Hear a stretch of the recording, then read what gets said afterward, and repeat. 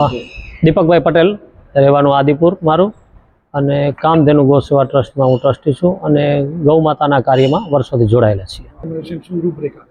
આ ગૌ સન્માન આહવાન અભિયાન 27 જુલાઈ 2026 સોમવારના આવતો સોમવાર જે છે એમાં સવારમાં ટાઉન હોલથી આની શરૂઆત થશે.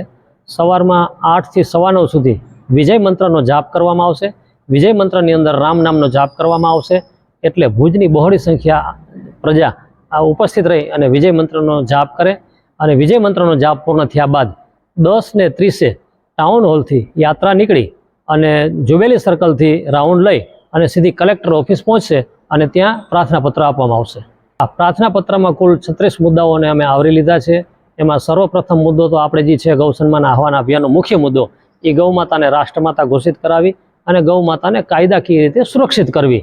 એની સાથે સાથે બાકીના જે 34 મુદ્દાઓ છે એ મુદ્દાઓમાં શિક્ષણનો વિષય છે કે શિક્ષણની અંદર ગૌ માતાને પ્રાધાન્યતા મળે.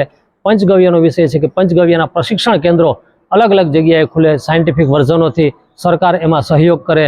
એના સિવાય મોલની અંદર અને ખાદીગ્રામ ઉદ્યોગમાં પંચગવ્યના ઉત્પાદો વેચવા માટે પરમિશન મળે. એ પ્રકારના મુદ્દાઓ 36 મુદ્દાઓની સાથે લઈ અને અમે પ્રાર્થનાપત્ર આપવાના છીએ. ગૌ માતા અને નદી આજે ગૌ સન્માન આહવાન અભિયાન છે એમાં આપણું કચ્છનું આખું સંતોનું સડદર્શન છે. એ કચ્છનું બધા સંતો ઉપસ્થિત રહેવાના છે. અહીંયા જૈનોના ઉપાશ્રયમાં પણ સાધુ સંતો છે, એ લોકોને પણ મેં વાત કરી છે.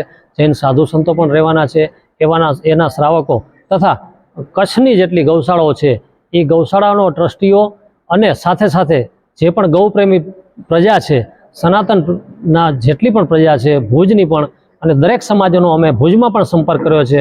કોઈ પણ સમાજને અમે બાકી નથી રાખ્યા. બધા સમાજોને અમે આહવાન કર્યું છે કે આમાં ઉપસ્થિત રહી અને ગૌ માતાને કાયદાકીય રીતે સુરક્ષિત કરી અને ગૌ માતાને બચાવીએ. અત્યાર સુધીમાં એક આવેદનપત્ર 27 એપ્રિલ 2026 અપાઈ ગયું છે. પૂરા ભારત વર્ષમાં 5700 તાલુકામાં.